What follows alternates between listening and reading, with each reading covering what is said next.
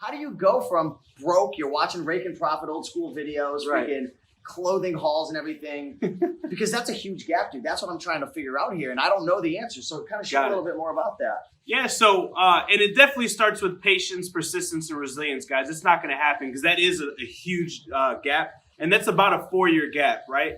So the main thing is just being consistent with what you're doing. So when I was thrifting and getting money, just like he said, just like Steve said, right, I was going out and chasing the profits, and it was hard for me to scale it because there's only so many good items that you can thrift, right?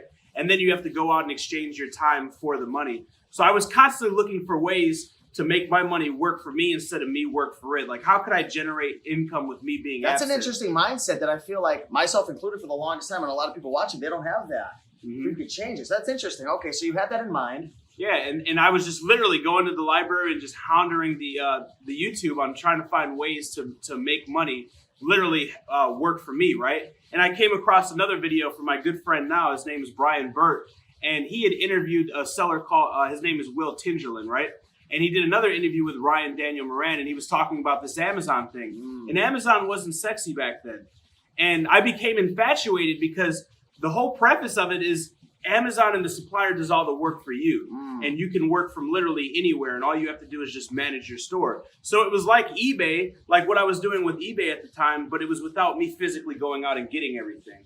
Okay. So that's what sparked my interest. So it sounds like, if I'm understanding things correctly, Josh, it sounds like you were working your job, you were doing the whole eBay and thrifting and garage sale thing on the side, and you were saving money. And then did it come to a point where you saved enough money? Were you able to then invest that into your Amazon business now? Or is that exactly? That's exactly how we did it. While I was going and I was learning everything about Amazon and how to get started, I was still going and I was buying as much stuff as I could on the weekends, and I was flipping it. And I was saving all that money because I was barely making ends meet with what we made. There was times like I had to go volunteer at Center Township, like pressure wash sidewalks and paint railings, just to get a voucher to pay my rent. My rent was $375 a month, right? It was a 1-bedroom apartment. My fiance at the time, wife now, was pregnant with our youngest son. We had another boy, our oldest boy, Luis. He had the 1-bedroom. We actually slept in the living room and had a shower curtain up. So like I was working as much as I could just to keep food on the table, just to pay the bills. And I was just grinding, just hustling, going to the different thrift stores and saving a little bit of money I could. And that's when I got started with Amazon, once I had enough information. So when you had started your Amazon, and it's private label, that's how you've made your money. That's how you've been able to afford this house and change your life and bring your family along with you, move from Indiana to Round Rock, which is I think one of the fastest growing cities in the U.S. So maybe you can share with people what private label is, and then let's kind of give some tips for people who are looking to make that transition from chasing after the profit to then having the profit come to them by creating and building their own products and selling through Amazon. Yeah, absolutely, Steve. So what private label is private labeling is a strategy that you can utilize on Amazon.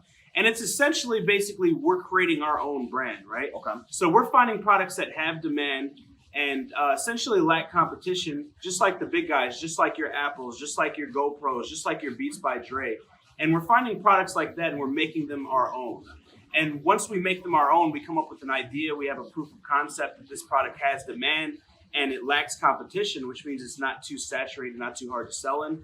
We reach out to a supplier, we find a manufacturer, and then we have the manufacturer make our products, make them unique, special to us, put our logo on there, differentiate them. Maybe we add a bundle or something like that. Whatever we do to make that true and unique to us, and then we send it directly to Amazon. So FBA stands for Fulfillment by Amazon. So once we make everything and the supplier sends it to Amazon, Amazon is then going to pick your product or store your product, pick it, pack it, ship it, and handle the returns. So we don't have to do anything. We don't have to manage the reviews. We don't have to manage the back and forth with the customers.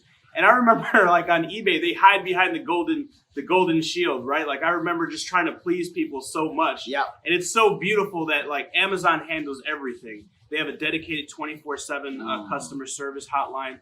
So pretty much, essentially, all you have to do, Steve, with the business model is number one, make sure you don't run out of inventory, and number two, utilize your marketing through Amazon, right? And Jeff Bezos' letter to shareholders in 2018 said that third-party sellers are kicking first sellers' butts. Oh, yeah.